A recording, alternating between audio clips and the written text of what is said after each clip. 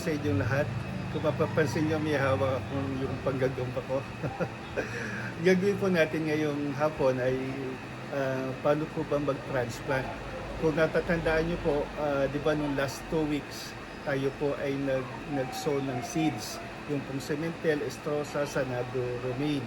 At nung last week po, binigyan ko po sa inyo yung update yung tanim ko po na yun. Ngayon, ang gagawin po natin, magta-transplant po tayo. Ang gagamitin po natin ngayon ay ang Coco Peat sa ating pagta-transplant. At saka na-excite po ako nakita yung foam. Yeah. Bakit po yung foam? Ito pong foam, kung di nyo na itatanong, dito po ako nagsimula sa foam. Dahil napakasimple po mag-transplant gamit ang foam. Ang kaso po, may mga naging problema po ako.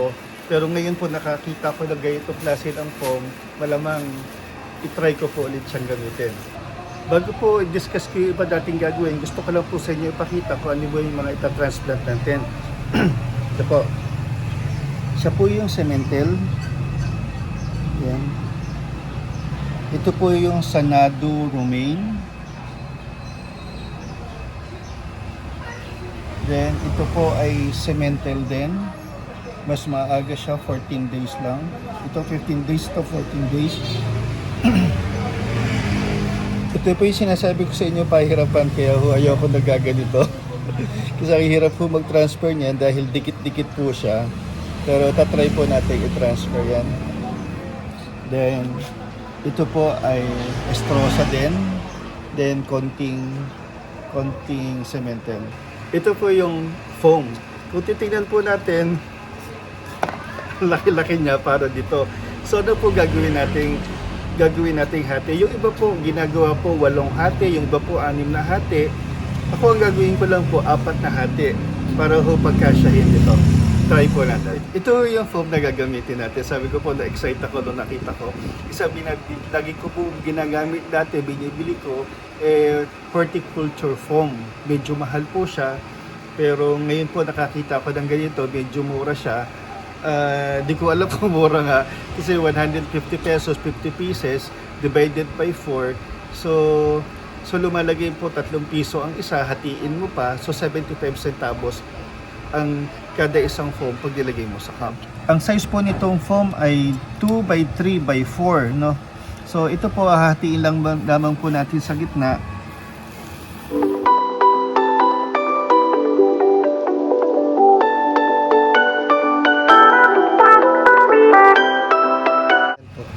Ito po yun. Hindi po siya kakasya dyan, kaya ang gagawin po natin, babawasan po natin siya.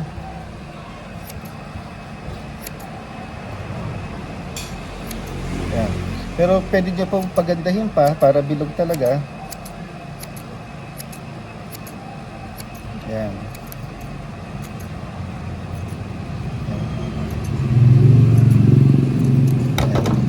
Pag nilagay natin dito, kasya na po yan.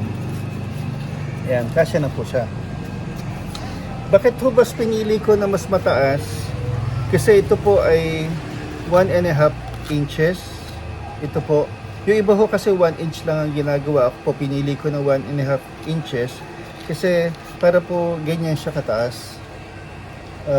Ayoko ho kasi na masyado mababa. Kasi pag masyado hong mababa, hirap na pong natatabingan po kasi nung cup yung halaman sa loob, kaya pinipili ko na medyo mataas.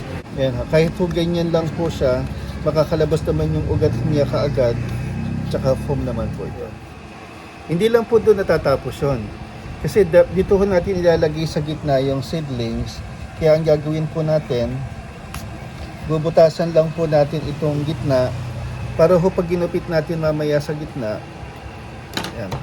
Pag ginupit po natin yan,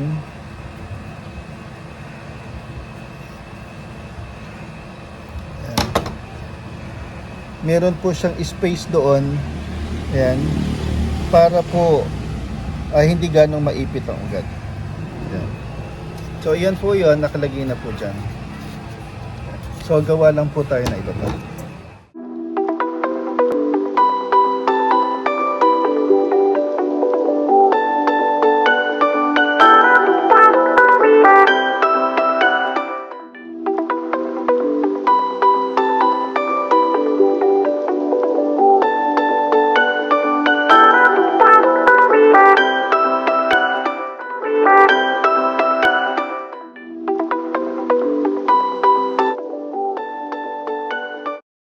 example lang po muna ako, pakita ko lang po sa inyo kung paano. 'Di ba after po nating gupitin ng ganito at hiniwa sa gitna at nilagyan ng ganito doon para hindi ho maipit yung ugat, babasain po natin siya. Ito rin po tubig na to, dahil fan na po ako ng ng, ng hydrogen peroxide. Nilagyan ko din po siya ng hydrogen peroxide para siya ma-disinfect. At saka po kailangan din po kasi kapag nag-transplant tayo, basa na yung foam kasi kailangan niya mag-absorb na kaagad ng tubig para pag ilagay natin yung halaman, basa na po siya at mababasa din po yung mga ugat. Ayan po. Sige po, try na po natin mag-transfer.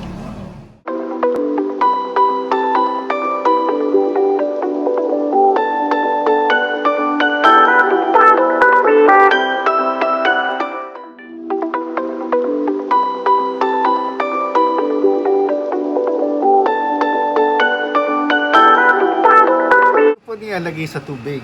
Sabi ko po before sa video ko, nilalagay ko siya sa tubig kapag ako maglilipat.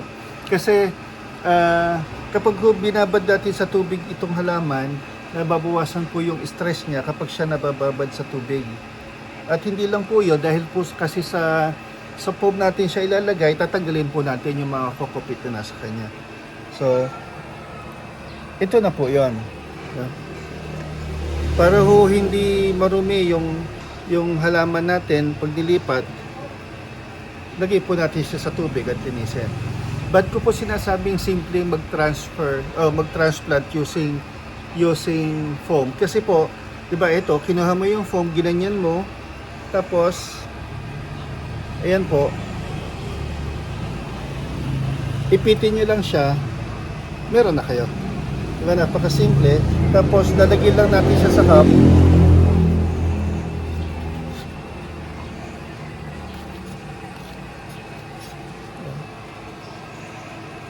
Meron na kayo sa cup.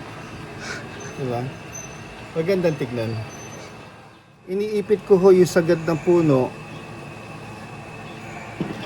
Ayan. Iniipit ko po yung sagad na pinakapuno. Ayan. Kung mapasin nyo, kita lang talaga yung dahon niya, tapos yung ugat nasa ilalim. Ayan. Yung iba po nagbubutas pa po sa ilalim para ilabas tong ugat na to, pero okay lang naman po kung butasin nyo o hindi, pwede naman yan.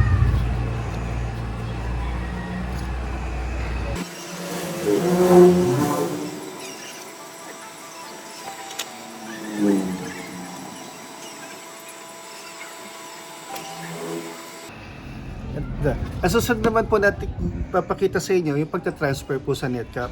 Kanina po, ang ginawa natin, hinati lamang po natin sa apat yung yung foam.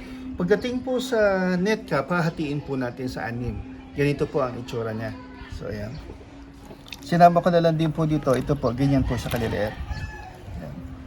Paano po pagta-transplant? Same process din po. Nilagay po natin dito, ayan, marami po siyang kokopit. Hugasan lang naman po natin siya dyan. Ito po yung sinasabi ko sa cementel, oh. Ang bata-bata pa niya, 15 days, ang dami na niyang ugat. Ayan.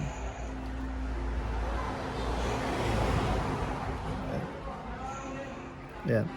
Kaya ho yung iba, nagbubutas sa ilalim, titignan niyo po, kasi kapag nilagay nila yan, pag nagbubutas sa ilalim ng styro cup, kasi kapag ho ito, ayan, nakikita niyo, andyan na yung ayan yan, no? Pag ho nilaglag yan, yun po yung gusto nilang nakikita, yung ugat po nasa ilalim, para pag nilagay po sa kratky, sa styro box or sa tuna box, ayan, nakalabas na po kagad yung ugat. Yun yung purpose kung ba't nila binubutas yung ilalim ng styro. Ito po yung sa NetCap, ito po yung sa styro cup. Tignan nyo, malinis na malinis ho tignan, kaya ho gusto ko ang foam eh. Ayan. Malinis na malinis po tignan. Ngayon po, gagawin naman po natin kung paano naman po mag-transplant doon sa kokopit. Naituro ko na po dati to kung paano ho siya. Ayan. Try lang po tayo ng 5 para ho ipakita ko sa inyo.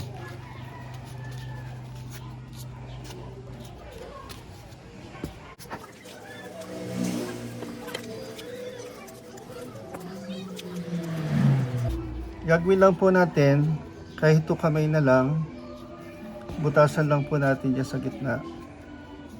Ano ho ang purpose? Kasi kukunin po natin mamayang buong buo yung ililipat po natin.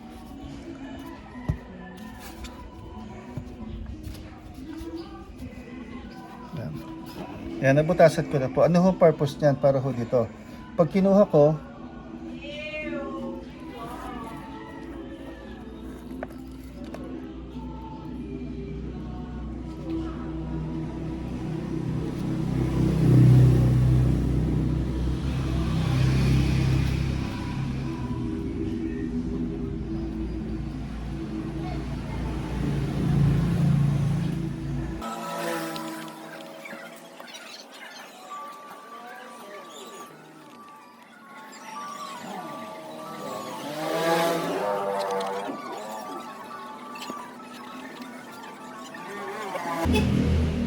yun po yung purpose ko, ba't po iniisa-isa ko yung pagpupunla.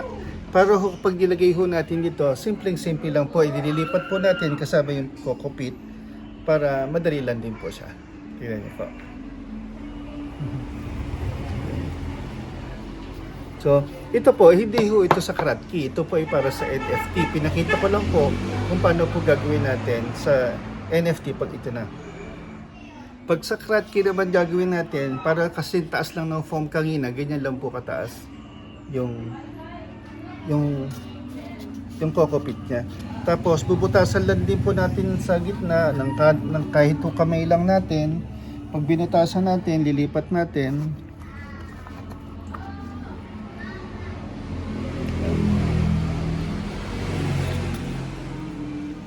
Lipat lang din po natin ang buong buo, tapos ayusin lang yung gilid. Yan. Nalipat na po natin. Ito po yung pang Kratky.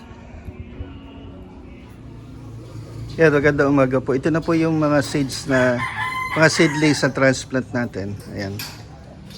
Tingnan niyo po.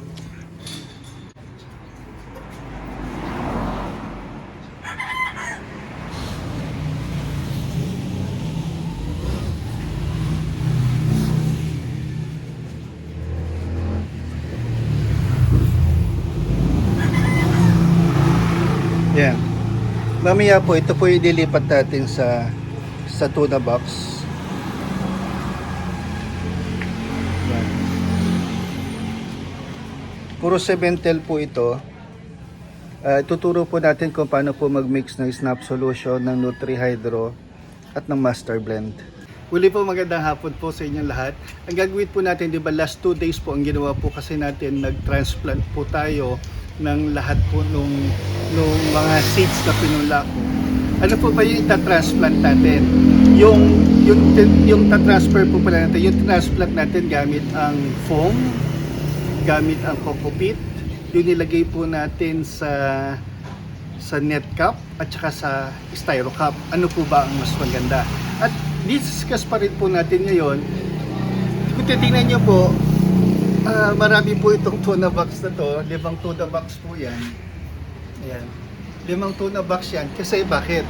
Ang gagawin po natin, magmi-mix tayo ng water gamit ang snap solution, gamit ang Nutri-Hydro, gamit ang Master Blend. So, paano po ba natin i-mini-mix? Kasi marami pa po nagtatanong, paano ba mag-mix ng Nutrient solution? So, very basic naman po, pero gusto po nilang matutunan. So, magkakaiba po kasi ang pag-mix ni Snap, ni Nutri-Hydro at saka ni Master Blend. So, i-discuss po natin yon at ito po yung mga seedlings na ita-transplant po natin. Sige po. Pero bago po yun, bago po tayo mag-transfer, kasi po, kung mapapansin nyo po, mas mataas po itong tuna box na to kaysa doon sa tuna box na ginagamit ko. Ayan. Mas mataas po yan ng 1 inch. Ayan. Pakita ko po sa inyo. Ayan. Tingnan nyo. Ayan. Ayan. Mas mataas po itong tuna box na to kaysa dito sa ginagamit. Bakit po mas mababa yung tuna box na ginagamit ko? Parehas din namang tuna box. Kasi po, kapag po pinagbasihan natin itong tuna box na to, yung original na pagkakabili po natin, napakaraming tubig ang napokonsume, marami pong tubig ang nilalagay. nasa 33 to 34 liters of water po ito. So, kung ilalagay ko lang naman po ay 15, no? 15 na lettuce, masyado pong marami yung tubig na yon para dito.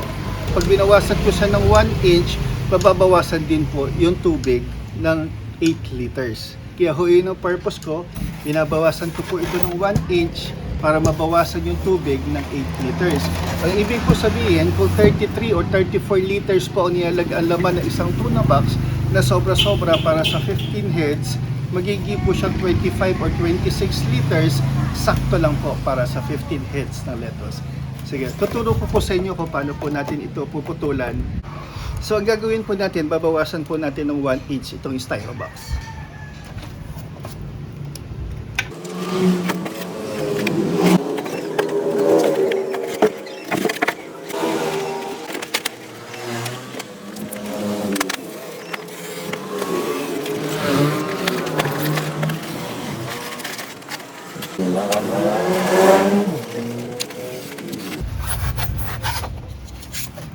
Yan, naputol na po natin ng 1 inch yung tuna box.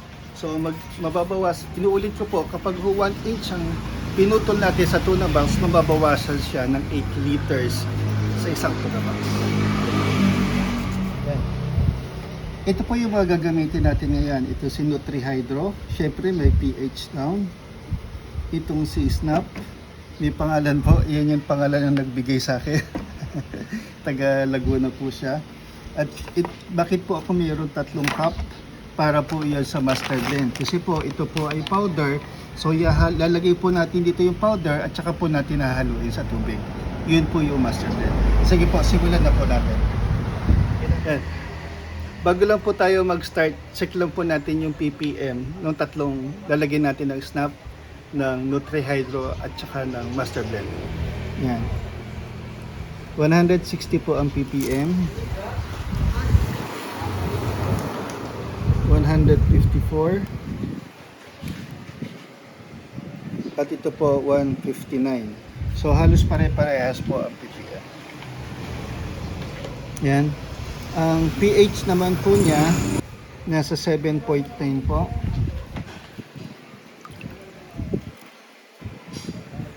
Ang pH po niya ay nasa ganoon din, 7.88, 7.9.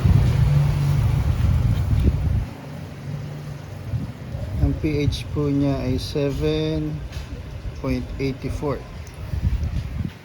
So pare-parehas po halos ang ppm niya at saka pH. Meron pong 3 or 4 na difference, napakaliit po nun. So kailangan po natin i-check ang ppm at saka pH bago po tayo magtimpla. Unahin po natin ihalo ang Snap solution. Ang sabi po ni Snap, per liter of water, 2.5 ml. So kung ito po ay 25 liters yung tubig natin, times 2.5, nangangailangan po siya ng 62.5 ml ng Snap solution. Isa pong ganito ay 30 ml ang isang cup.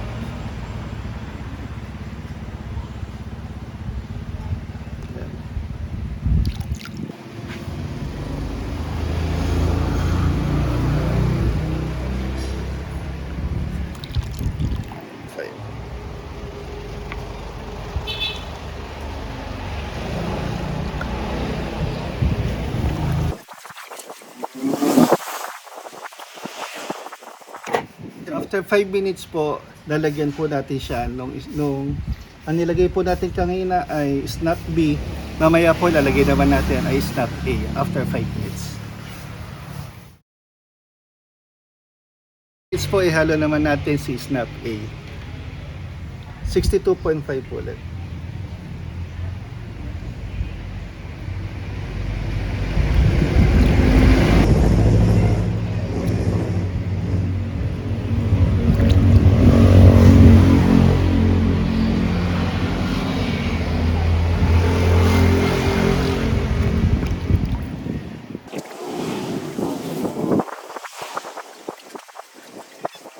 After po ng Snap solution, ang ilalagay naman natin ay NutriHydro. NutriHydro po, ang recommendation niya, ang recommended dilution ng NutriHydro ay 2 ml per liter. since meron po itong 25 liters, 50 liters po lalagyan natin.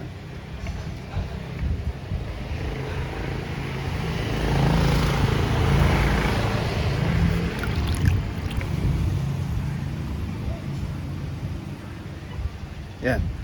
Yan. Bali 50 ml po lalagay natin sa Nutrihydro. Kung kanina po kay Snap ay bali 62.5 kay Nutrihydro dahil 2 ml lang siya per liter dahil 25 liters, so 50 ml po nilagay natin kay Nutrihydro. After 5 minutes po lalagay po natin yung lalagay po natin ay A naman, ito ay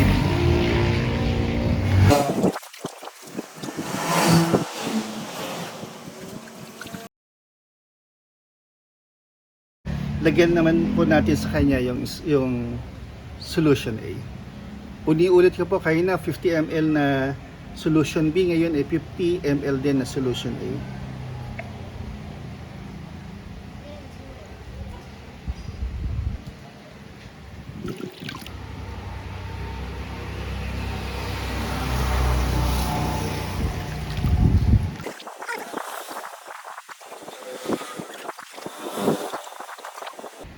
Yan. Sabi ko po kanina, ang gagawin natin, master blend naman. Paano ho ba kinocompute si master blend? Ito po kasi si master blend, pag meron ho kayong app na ida-download, meron po siyang ganyan. Yan. Kung application po yan ni master blend. Ngayon po, para po malaman natin kung ilang gramo po ba ang ilalagay, ito po kasing 25 liters ay 6.6 gallons, no? 25 liters ay 6.6 gallons. Kaya po, base po sa computation nila, 6.6 gallons sa lettuce formula po, ang grams na ilalagay natin ay 13.2 sa NPK, 13.2 sa calcium nitrate, and 6.6 po sa Epsom salt. So, 1:1:5. NPK po ay 1, calcium nitrate ay 1, tapos ang Epsom salt ay kalahati lang. Pero nagpalabas po kasi ng bagong dilution si Master Blend na ang susundin na po 1:1.5:0.5. Ibig po sabihin 1 part of NPK, 1.5 parts of calcium nitrate and half part of Epsom salt. 1:1.5:0.5. Kaya po, base po sa computation ng 25 liters, yan, ang lalagay po natin ay 13.2 grams ng NPK. Ganito po. Ayan. Sabi ko po kanina, 13.2 grams ng NPK.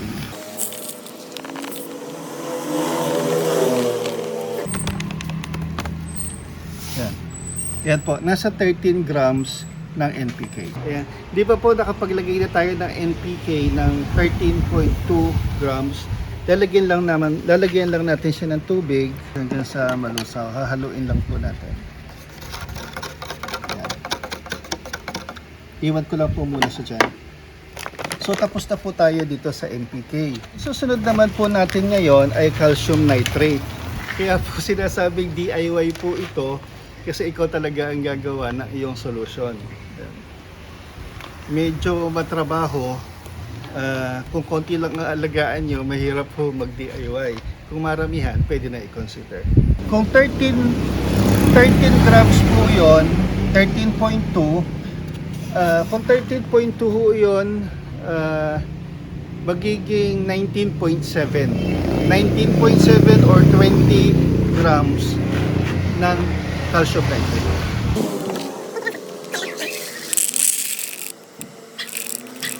Yan. Yan. So mabra lang po ng bahagya, okay lang po yan. So 20 grams po ng calcium nitrate ang kailangan. So ito po siya. Ito naman po ay magnesium sulfate or Epsom salt. Kung ang NPK po, yung base natin ay 13.2, ito pong si magnesium sulfate ay 6.6 grams. Ito po yung sa Epsom salt, 6.6 po yan eh. Wala naman pong decimal yan, kaya okay na po ang 7 grams. After po nating malagay na, nilagyan ko na po ng tubig kanina si calcium nitrate. Itong pong si Epsom salt, lagyan ko rin po ng water. Ito po yung Epsom salt or magnesium sulfate. Lulusawin lang po siya natin. Ako ho, ginagawa ko, binubukod ko na ho ng stick si calcium nitrate para ho sigurado ho ako hindi ho maghahalo. Kasi kung ho sa snap at saka sa Nutrihydro, magkahiwalay po ang calcium nitrate at saka NPK. Dito rin po sa master blend, dapat magkahiwalay din po. Kasi ho, pag ito pinagsama nyo, magkakaroon ng precipitation. Pag hinalo nyo sa tubig, magbubuo-buo po yung Nutria solution sa tubig. So, basta balusaw lang po sila, haluin lang pong mabuti at pag lusaw na saka natin ihahalo sa tubig. Ito pong si magnesium sulfate or Epsom salt tsaka si calcium nitrate, okay lang po yung magkasama. Pero pinaghiwalay ko na lang din po sa haluan. Kasi po sa Nutrihydro, kung mapapansin nyo yung green ay NPK po iyon at saka magnesium sulfate pinaghalo sa isa. After nating mahalong mabuti si master blend ng NPK, halong-halo na po yan, wala na siyang buo, ihalo na po natin dito. Ang no bearing po yung tubig na nakalagay dito sa cup kasi ang tinitimbang po natin dito yung powder. Kontian ko man yan, damihan ko man yan, kalahatiin ko man ng tubig, punuan tubig, parehas lang din po. Kasi parehas naman yung powder na nasa loob. Ano po? Hindi po para, huwag nyo hong isipin na napakarami kong nilagay kasi ang basihan niya po nito yung powder na nilagay natin. Halo ko na po.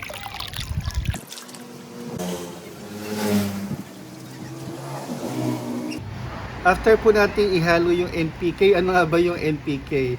Nitrogen, phosphorus, potassium. And for nitrogen, P for phosphorus, and K po for potassium. Yun po yung chemical symbol nila. Kaya ho NPK. Lalagyan na po natin ang magnesium sulfate. Ihalo naman po natin yung calcium nitrate.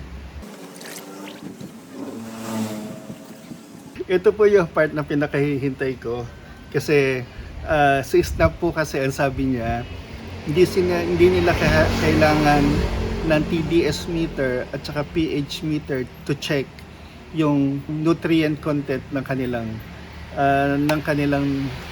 nutrient solution. Kahit po sinabi ni Snap na hindi na kailangan, gusto ko pong malaman kung ano po ba ang ppm at saka pH ng Snap. Pero hindi po tayo, po tayong babaguhin, hindi po natin siya lalagyan ng pH down kung mataas yung kanyang pH. Hindi po natin siya babawasan o dadagdagan ng tubig kung mataas yung kanyang ppm. Iiwan po natin siya as is. Gusto ko lang pong malaman kung ano po ba yung ppm. So, ang una po natin itetest ay ang ppm ni Snap. Sabi po ni Snap, ayan, 1446 kung nakikita niyo po. 1,446. Pero sabi po ni Snap, hindi nila kailangan ng TDS at saka pH meter.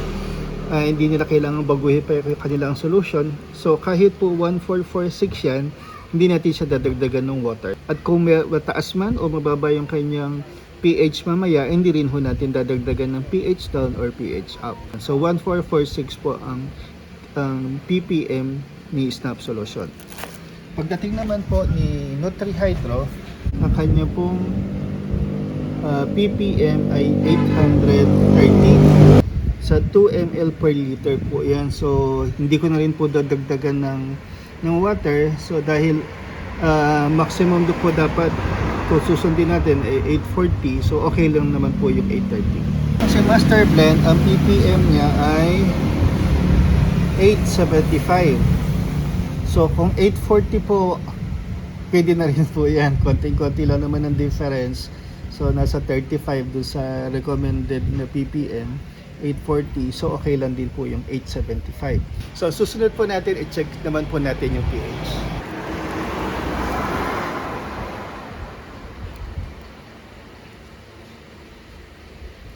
Yan. Yan po si Snap 5 point, yan, 5.75. Nasa 5.7, 5.75 po ang kanyang pH. Hindi po ako naglagay ng pH down. So pasok na pasok po si Snap sa standard po ng pH. Hindi nga po kailangan ni Snap ng pH down kasi pasok po siya. Check po natin si NutriHydro.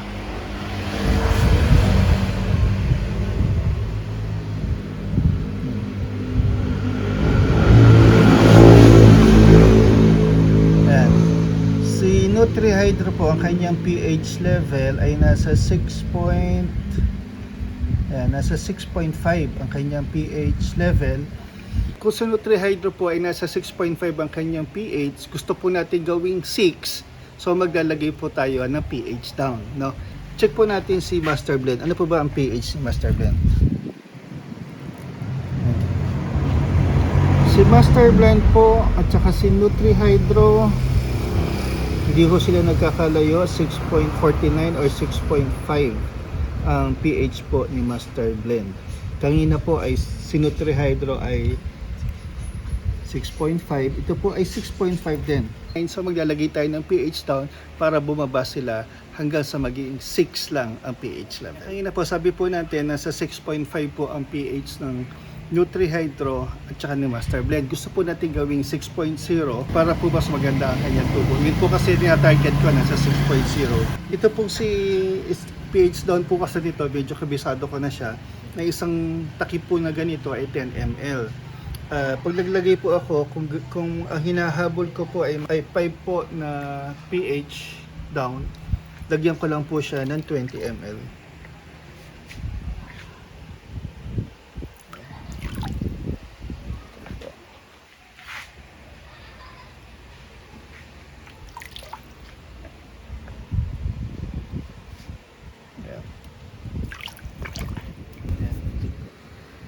And ito po yung after natin maglagay ng 20 ml na pH down from 6.5, ito po nasa 5.78.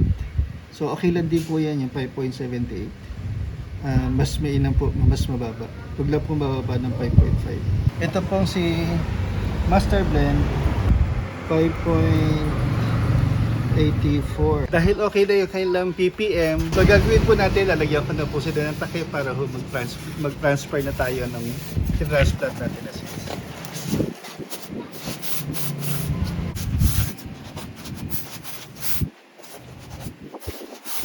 Bago po natin ilagay yung mga lettuce, kailangan po natin i-check kung okay po ba yung level ng water. Yan. Kung tinignan niyo po yan, okay na po. Dapat i-check nyo ho all sides kung yung water level po ay okay. Yun. Yan. Yan.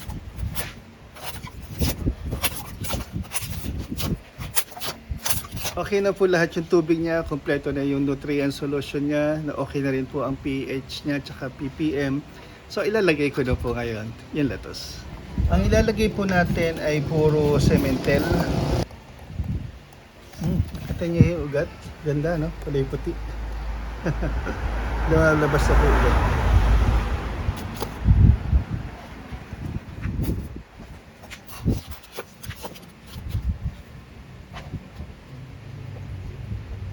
Yan.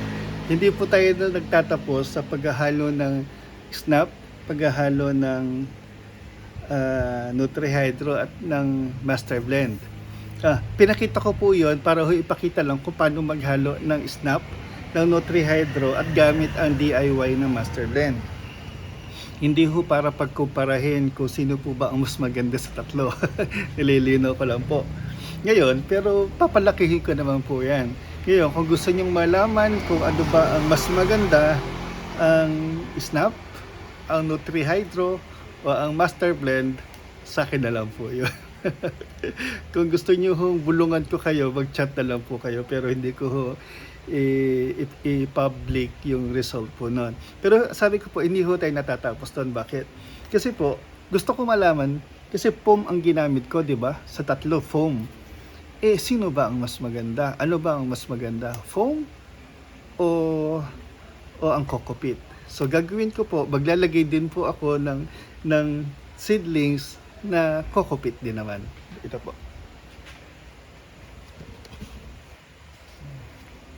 Titingnan niyo po ito, coco peat na po ito.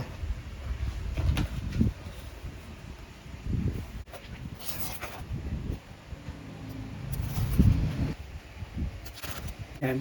Malalaman po natin yan kasi may mga tanong, ano ba mas maganda, foam o coco peat? Sabi ko po dati, mas madali po mag-transplant sa foam kasi po madali lang siyang pagtatanggal mo na yung coco peat, madali mo na siyang iipit lang. Ito kasi coco peat, marami ka pang gagawin, kailangan pang pakukuluan o sterilize, kailangan pa siyang basain, marami pong mga bagay-bagay pa, pero ang bottom line po niyan, ano ba mas maganda ang tubo? Hindi ho sa kung ano ba mas madali o magandang media ang gagamitin. Ang tanong po, ano po ba mas magandang tubo? At hindi lang po 'yan. Meron po tayong styro cup galing ang foam, gamit ang foam. Meron tayong gamit ang coco peat. Meron din po na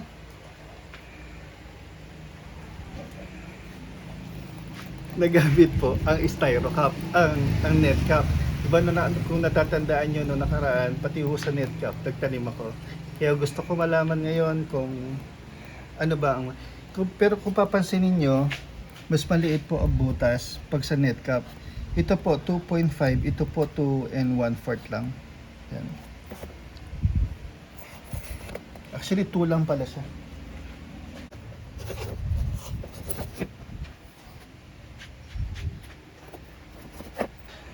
After siguro 20 days o 22 days, update ko po kayo. Pero di ko na po sasabihin kung sino mas maganda doon sa tatlo, Do-3-hydro ba, Snap ba, o si Master Blend. Kaya i-recap ko lang po yung mga diniscuss po natin. Una po, nag-transplant po tayo gamit ang foam, gamit ang styro cup. Nag-transplant po tayo gamit ang coco peat. Pinakita ko po kung bakit mas simple na mag-transplant gamit yung seedling tray dahil isa-isa natin siyang nililipat na kasama na yung coco peat. Tapos kung paano po mag-transplant gamit ang foam na kailangan natin ilubog sa tubig yung lettuce para matanggal yung coco peat para maging malinis siya at para din po mabawasan yung root stress kasi kapag binababad natin sa tubig yung lettuce, mabawasan po yung root stress. Pangatlo po, ang ginawa po natin, binawasan po natin ng 1 inch yung tuna box. Bakit natin binawasan ng 1 inch yung tuna box? Kasi para po makamenos tayo sa tubig. Ayan po. After po nun, nag-transplant na po tayo. Naghalo tayo ng Snap solution. Kung paano siya maghalo, 2.5 ml per liter. Sa Nutri-Hydro po, 2 ml per liter. At sa Master Blend po, meron ho silang formula na sinusunod. Meron silang Master Blend calculator. Doon po nakabase. Then after po nun, nag-transplant na tayo. At after 22 days po, bigyan ko kayo ng update. Abangan nyo po. After 20 or 20 to 25 days, kung kailan po papatak ang Sabado o Linggo. So, ayun lamang po. Maraming salamat po sa inyong panonood.